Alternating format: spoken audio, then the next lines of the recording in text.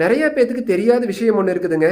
சிவன்மலையில் குடியிருக்கிற இந்த முருகப்பெருமானோட தாய் தந்தையர் யார், அவங்களோட கோயில் எங்கே இருக்குது அப்படிங்கிறதுங்க. அதை தெரிஞ்சுக்கணும்னா ஒரு நிமிஷம் இதை கேளுங்களேன்.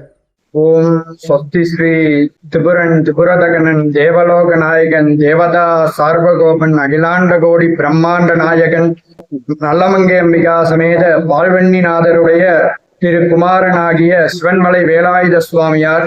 இது வீரபாகு தேவர் அருளிய முகமுங்க. இதுல சிவன்மலையில் இருக்கிற முருகப்பெருமான் நல்லமங்கை அம்மன் பால்வெண்ணீஸ்வரரோட குமாரன், அதாவது அவங்களோட பையன் அப்படின்னு குறிப்பிட்டிருக்கிறாருங்க. இதுல இருந்து நமக்கு என்ன தெரிய வருதுன்னா, சிவன்மலையில் இருக்கிற முருகப்பெருமானோட தாய் தந்தையர் இவங்க தான் அப்படின்னு தெரிய வருதுங்க. இப்போ இந்த தாய் தந்தையர் குடியிருக்கிற கோயில் எங்க இருக்குதுன்னா, சிவன்மலையிலிருந்து 3 கிலோமீட்டர் தூரத்தில் இருக்கிற பட்டாளியில் அமைஞ்சிருக்குதுங்க. பட்டாளியில் இருக்கிற பால்வெண்ணீஸ்வரரும் நல்லமங்கை அம்மனும் தாங்க சிவன்மலையில் இருக்கிற முருகப்பெருமானோட தாய் தந்தையர். இனிமேல் சிவன்மலை போறவங்க சிவன்மலை ஆண்டவனை தரிசனம் பண்ணிட்டு சிவன்மலையிலிருந்து 3 கிலோமீட்டர் தூரத்தில் அமைஞ்சிருக்கிற பட்டாளியில் இருக்கிற பால்வெண்ணீஸ்வரர் நல்லமங்கை அம்மனையும் போய் மறக்காம தரிசனம் பண்ணிட்டு வாங்க. ஏன்னா மலை மேல போய் நம்ம பையனை மட்டும் தரிசனம் பண்றோங்க.